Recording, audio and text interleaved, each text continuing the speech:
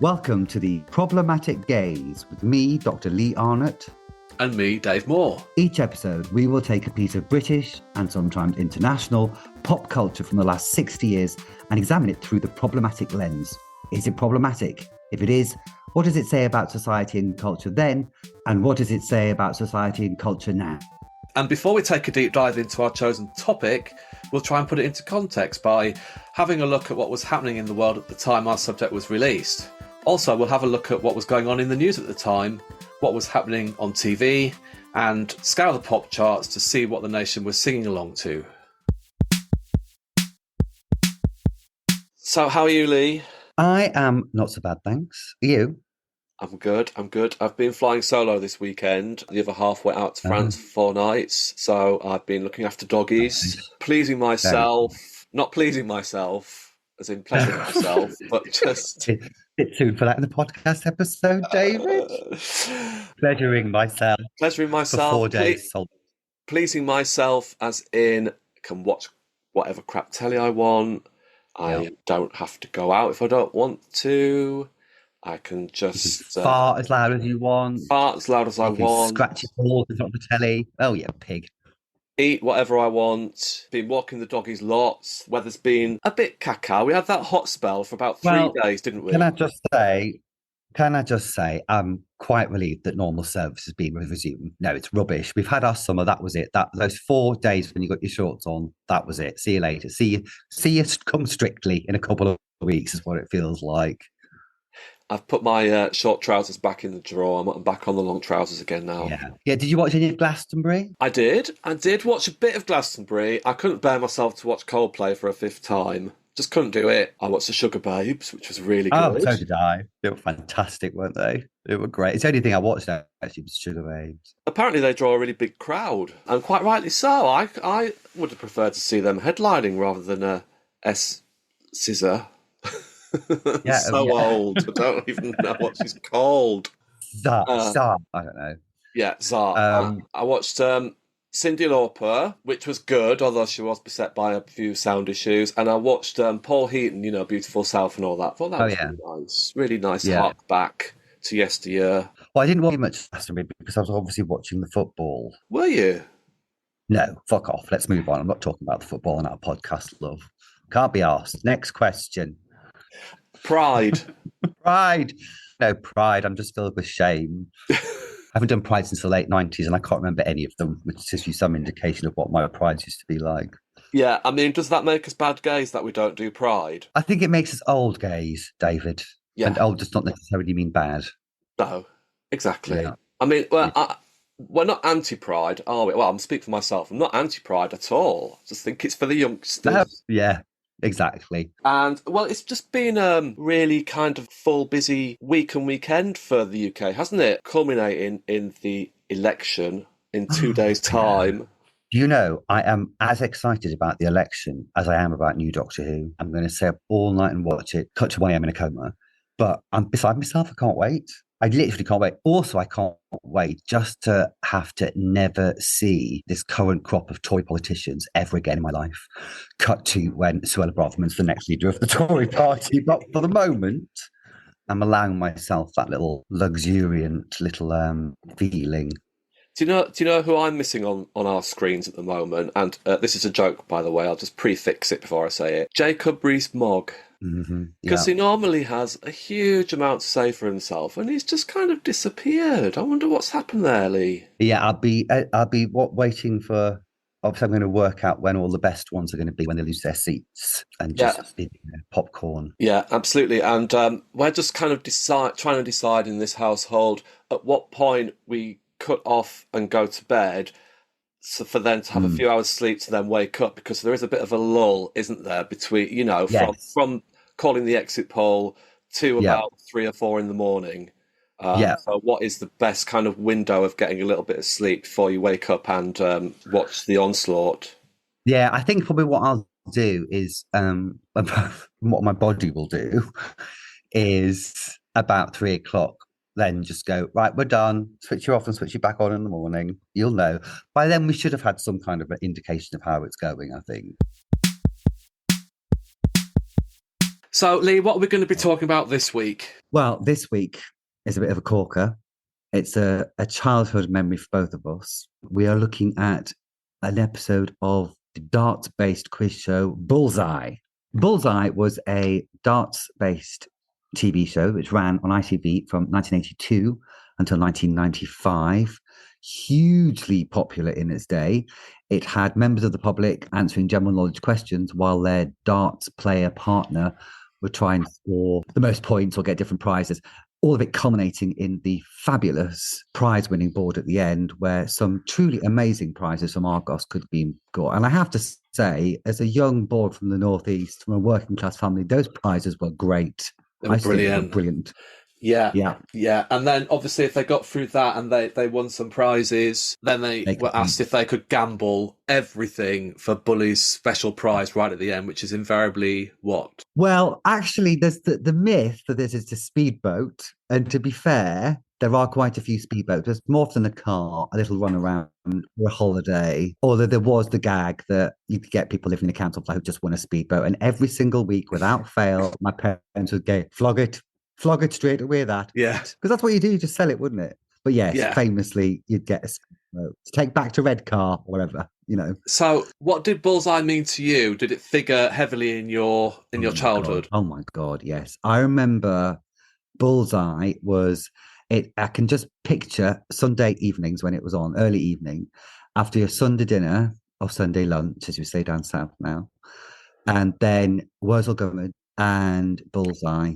And we were huge. We were obsessed with it. We all watched it. It was religion in my household when I was a kid. Absolutely watched it every single week with cheese spread on toast, which was a Sunday night thing because you couldn't eat anything else after a big Sunday dinner. How was yours? What about yours? Exactly the same. It was a staple in our house.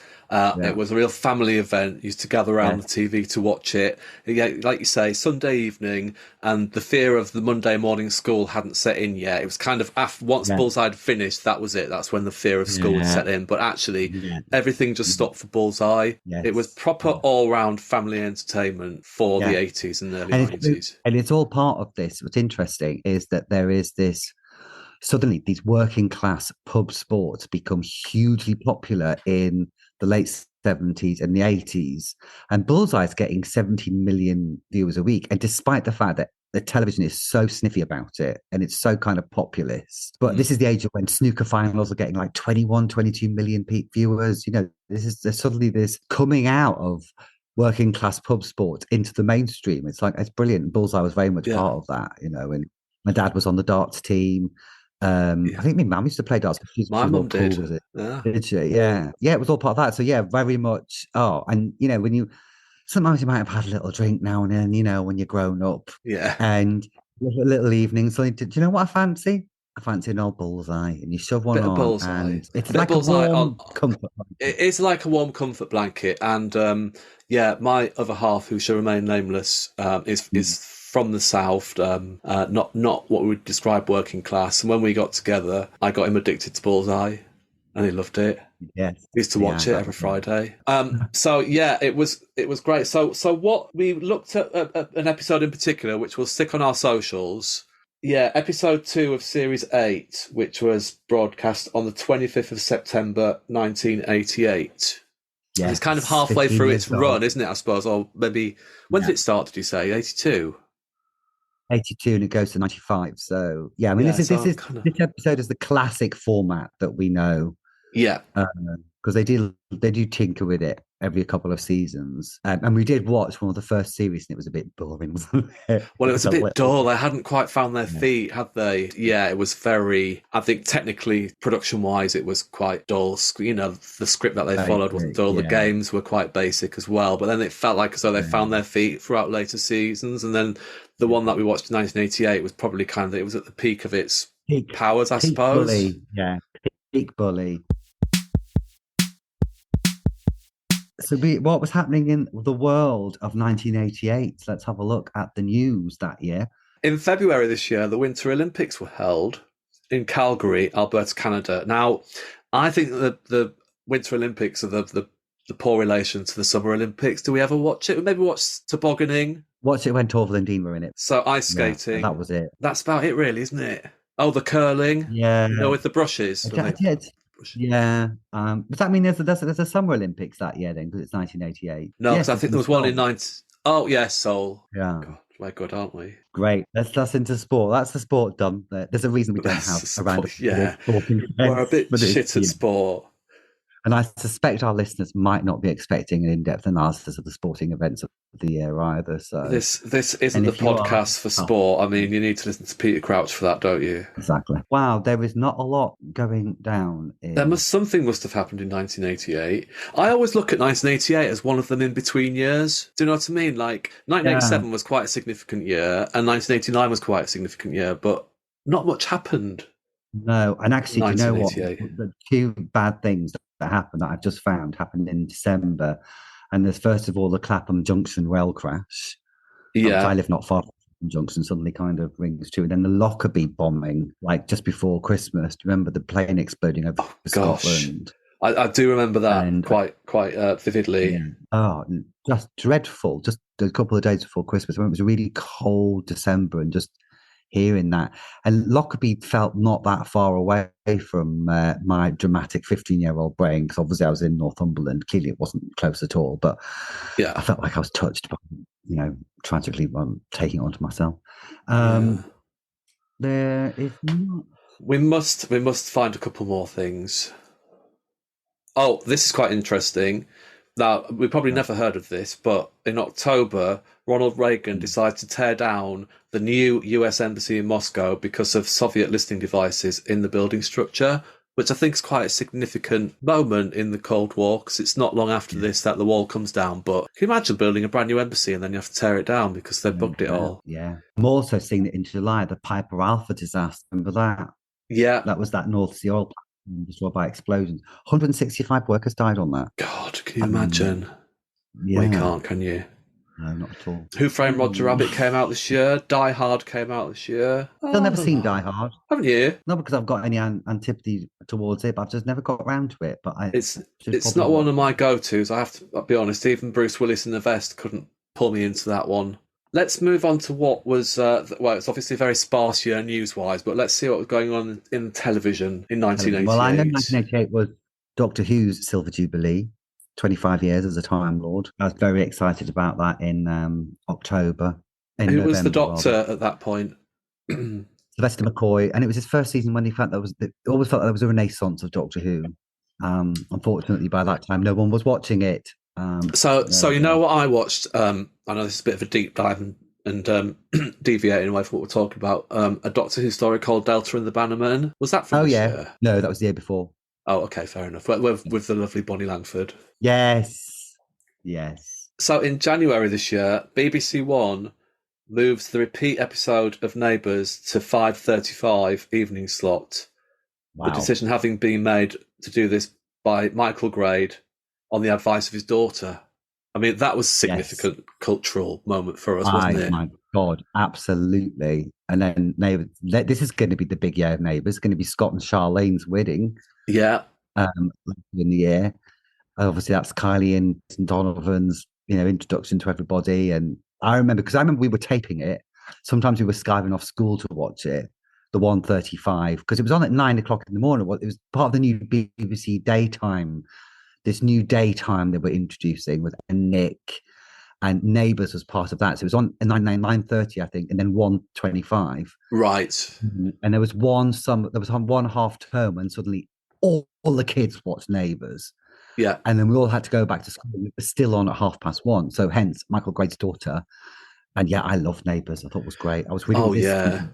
and I got totally addicted to Who it. did you have a crush on? All of them. Did you? I think I had a crush on Mike. Oh, I mean, yes, obviously, but I had a crush on Scott. I had a crush on Craig McLachlan, Charlene's brother. What was his name? I had a crush on the vet. I had a crush on Paul. I had a crush on bloody Jim. The only one I didn't have a crush on was Mrs. Mangler Daniels, darling. Quite frankly, they were queens of the queens of TV the landscape, weren't they? Yeah, absolutely. Mrs. Mangle was just, to me, she was hated but loved in equal measure, wasn't she? Oh yeah, we loved her. Yeah, that was a big thing. London's Burning starts that year, as does You Bet, Alf classic game show. If we're talking about classic game shows, 15-1. 15 to 1. An afternoon wasted as a student watching that. Yes. Oh God, absolutely. The final episode of Crossroads for the original series of Crossroads come to an end this year. Yeah. And it will return before getting axed again. The gay rights activists protesting against Section 28, that's when they invade news at 6 with Sue Lawley. Sue Lawley ends up sitting on one of them. ITV stages its first telethon. Now, I do remember telethons. I think they ran for like 5, ran all night. And for the record, I think we should definitely have a look at the telethon because it's deeply problematic. Is it? Just the way it deals with disabilities, and pin that for the future. Yeah, sure. Frank Boff gets exposed for his private life shenanigans. I watched breakfast time. There was a Channel 5 documentary on Frank Boff and the exposure, so to speak, of Frank Boff. It's well worth viewing if you can watch it on Channel 5 catch up. Oh, well, the Sun went to him and said, "We've got all these stories about you. What are you going to do?" It's just crazy what he got up to. So sensational for that time. I mean, it's water off a duck's back now, isn't it? Really, but absolutely. Do you remember All About Eve? That group that sang that Marcus Harbour. It was their appearance on Top of the Pops where they couldn't hear the sound of the music had started, so they just sat there, not singing because they couldn't hear the playback. If you would, that's one to watch as well. Yeah, might have to post that. And they got asked back the next week to do it again, and they insisted that they would sing live, and they sang live next week, which never gets shown. Obviously, that's not the interesting one. Okay, so what was going on in the singles chart? I've got it here. It's week commencing Sunday the 25th of September, which was the day that our Bullseye episode was transmitted. So obviously we'd listen to Bullseye and then listen to the charts, or listen to the charts and then Bullseye after. I can't remember which way it went round. But anyway, what was going on in the charts? There's a lot of old songs or covers of old songs. Like number 1 is He Ain't Heavy, He's My Brother. Number 2 is A Groovy Kind of Love by Phil Collins. Actually, it's not a lot of old songs. There's 2 old songs. Teardrops, Womack and Womack. There's actually quite a few songs in this chart that actually stood the test of time. Domino Dancing, Pet Shop Boys. One Moment in Time, Whitney Houston at number 8. Big Fun by Inner City is very much a 1988 sound. It's that very urban London sound. It was just hitting. It was kind of crossover from the clubs. A Little Respect by Erasure. Brother Beyond, when at number 23 had gone down. They've been at number 2 with The Harder I Try. Beautiful boy, that. He was, wasn't he? Bananarama have just gone in at number 28 with a bit of Love, Truth and Honesty, although it will only peak at that height, that point. Gosh, it wasn't a major hit for them then. No, and it's one of my favourites, actually. And Kylie's at number 40 with The Locomotion. She has been number 2, but that's going to be one of her biggest hits, which I still can't stand it. But I love Kylie. So We Papa Girl Rappers. We Papa Girl Rappers. That was great. Yeah, that was great. Some familiar names though: Belinda Carlisle, Mark Almond, Tapau, Sunita. You know, they're all in there. Yeah, trying their best. So some of the charts that we look at, I mean, we look at and we don't remember any of them. You know, it's very dry years, aren't there? Yeah. But this one is obviously quite a significant one because a lot of these songs have stood the test of time. But again, that's what we talked about before about, well, this was our era, wasn't it? So maybe we just remember them fondly. Yes. There is also the fact that the access to stuff was very limited, you know, as we know, 4 TV channels at this point, record sales were in their millions, you know, because there's no other outlets, there's no internet, there's no kind of streaming services. So when you had a big tune, it could make a big cultural impact and still hang around today. So I think it's pre-internet. I think pre-internet stuff sticks around longer and has more permanence, if you like, than post-internet stuff, when suddenly everything becomes much more diluted and split off. And anyway, let's not drain the fun out of the pop charts, pop pickers. On to Bullseye then, Series 8, Ep 2, broadcast on the 25th of September 1988. Shall we start right at the beginning with the theme tune? Yes, and I'm only reluctant to mention it just because it's been in my head going around and around for the last 4 days since we started trying to work out which episode of Bullseye to watch. And I have sat through many Bullseyes. And for the record, Bullseye sober is not the same as Bullseye on a drink. No. It's a very different experience. The theme tune, it's that tinkly tinkly piano. We're in a pub, we're in a dodgy pub somewhere, and there's cheering, and it's just like, and I don't want to sing it because it's going to get lodged in my head again, but it's a classic, obviously. And can I just say that theme tune evokes a lot of memories, but at the time for the adults watching must have, for a Sunday evening, drawn you right back into the pub. Do you know what I mean? It was like your last ditched bit of fun. Yes. Let's go back down to the pub again, kind of vibe to it. Yeah. And this is something that's very familiar to you, beer, darts, socializing. Yeah.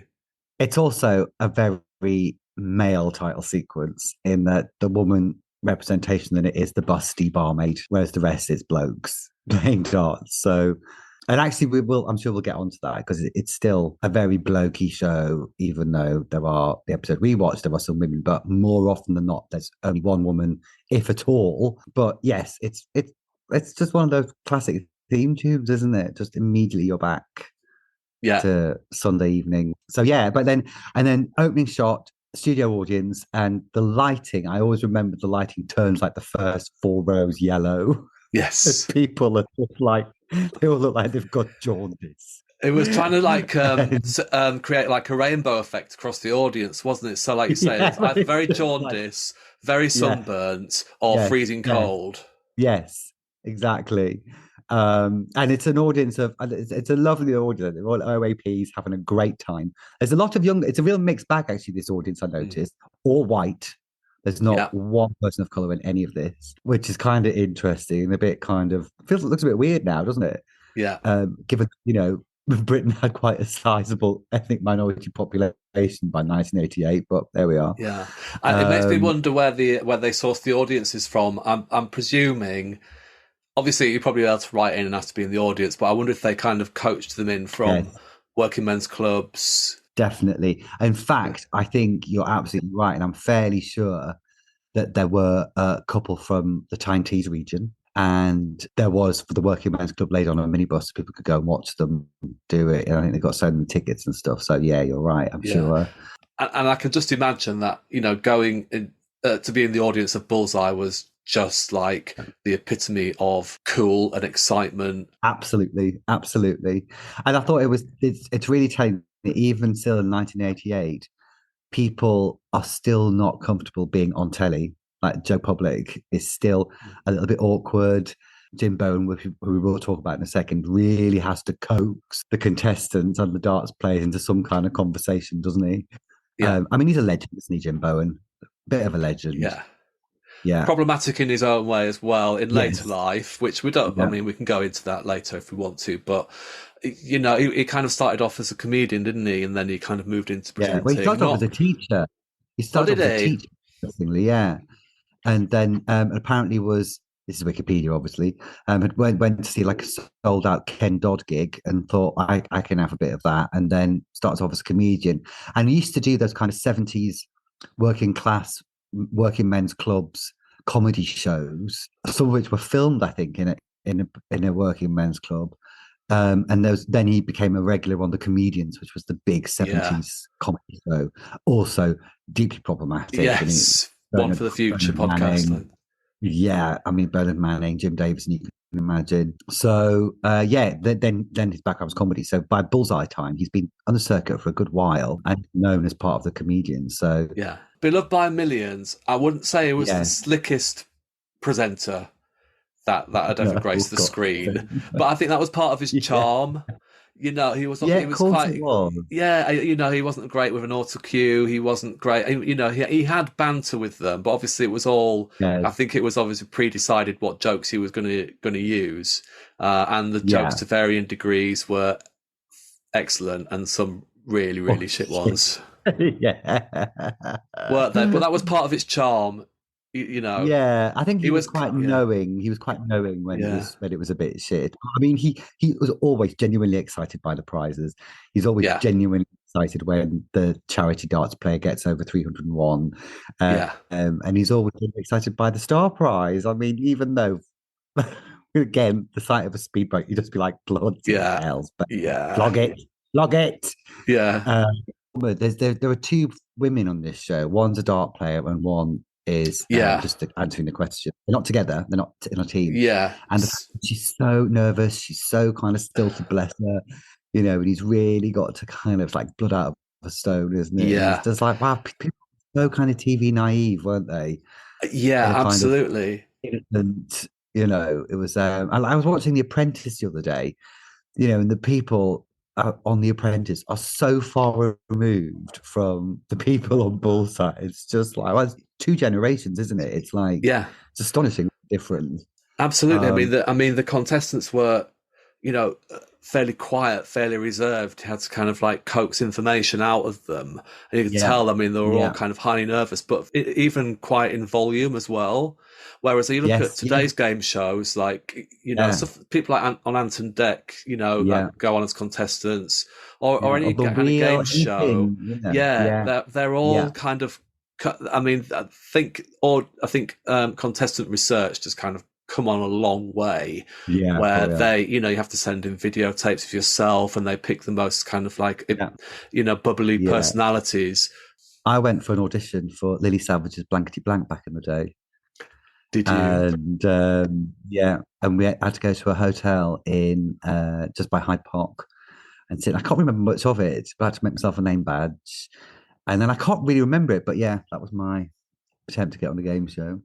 One thing I again, just harking back to that thing we were talking about working class, is that this is it. The contestants are working class people. The Yeah, guys are builders, work in factories. They're in the navy. They're in the armed forces. The female women in it are working in factories or they're housewives. It's real.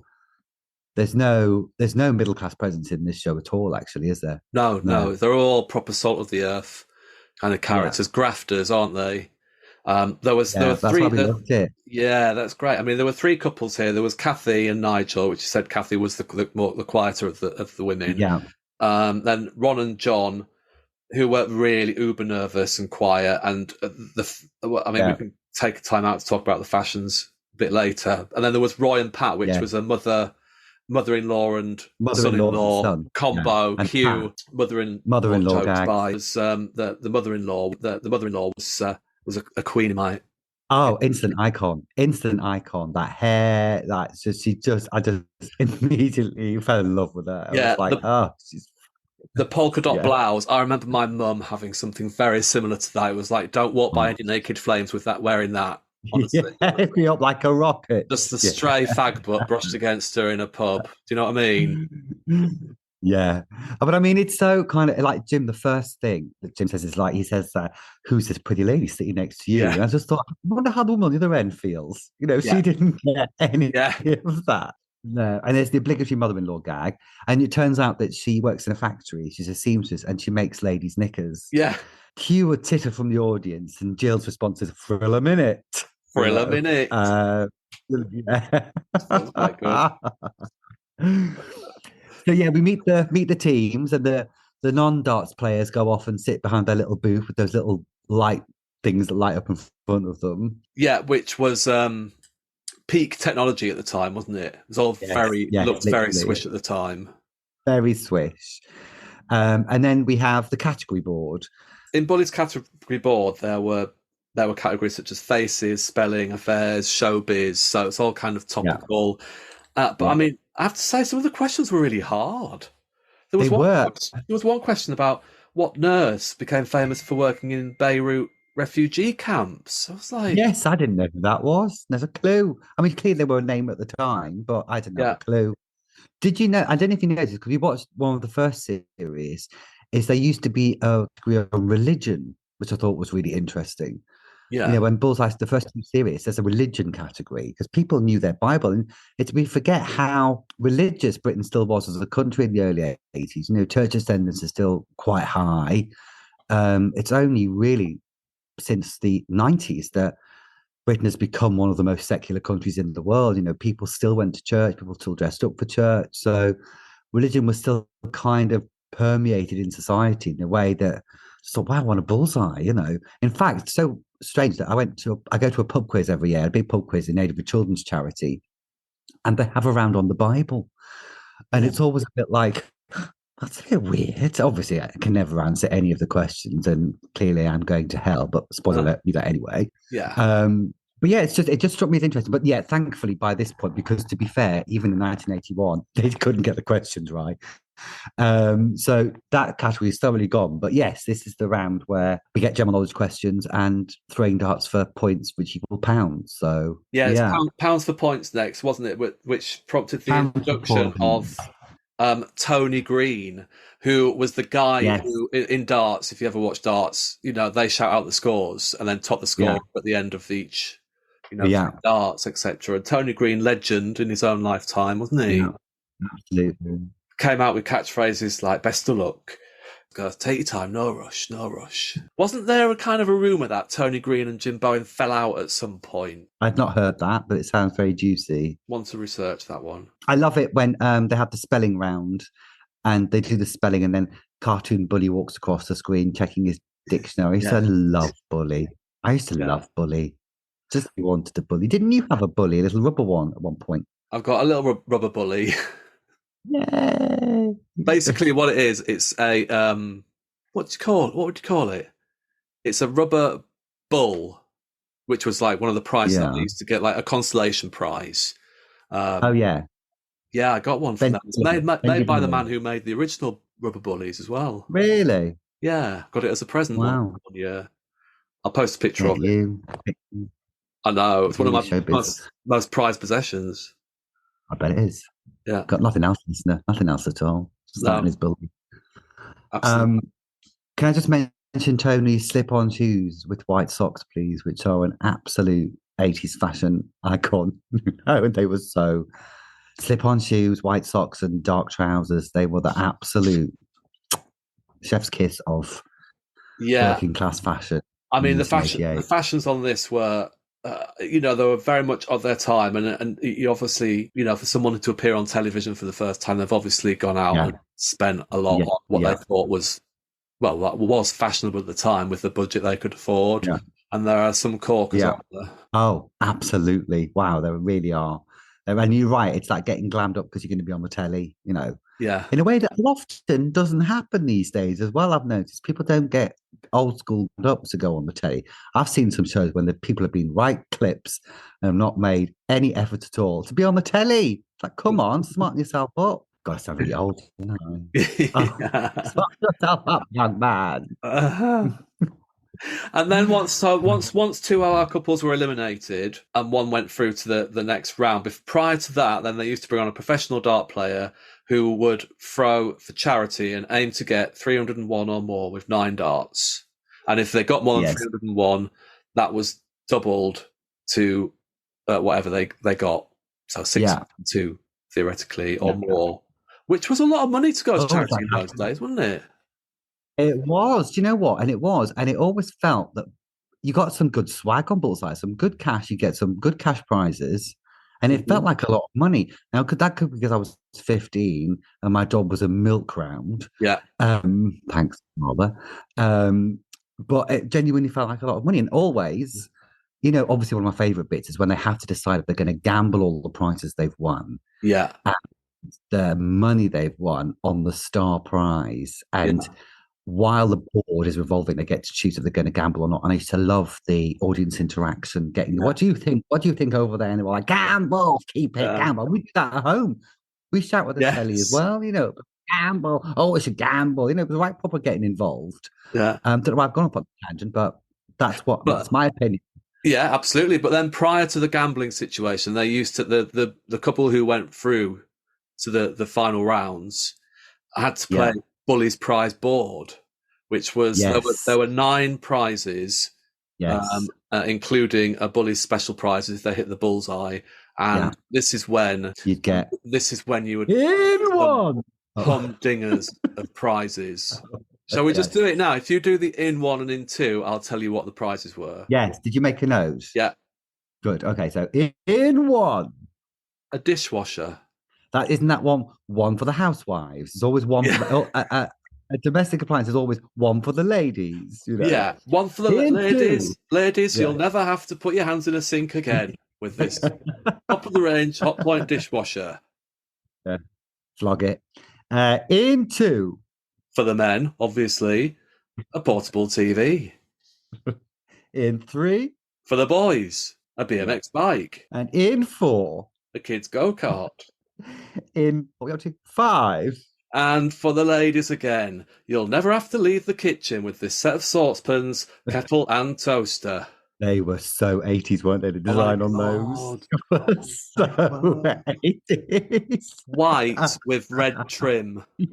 Yeah. What number are we up to? 6. 7. In 7. 6. Oh, in 6. All right. Let's put a bit In of yeah. Another one for the men, a wheelbarrow and garden tools. In 7. No. Just so you can both spend a bit of time together, a his and hers matching watches. His and hers watches were a thing, weren't they, in the 80s as well? Yeah. Does that still happen? Do people still wear watches? Well, Weird, isn't but it? I don't know if they do matching his and her watches. I mean, they were shit, weren't they? I mean, they were just they were real shit. tats. Yeah. Like From Ratner's watches, they were. Yeah. In 8. Oh, ladies, get your duster out. It's a nest of tables.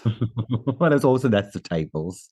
We didn't have a room big enough to put a nest of tables in. We didn't have a bloody table in my house. It was so small. And Billy's special prize. This is really good, actually. We would have loved this. It was good. Video camera recorder. Yeah, very good. I mean, that's good swag. I'm sorry, that is good swag. BMX bike, come on. Yeah. I mean, there were no iPhones. I mean, you just couldn't take a video on a whim, could you? No, you couldn't. You couldn't at all. Yeah, so it's Kathy and Neil who went through, and they won 5 of those prizes, including the video camera. They got a lot of in the black. So because the catchphrase was stay out the black and in the red, nothing in this game for 2 in a bed.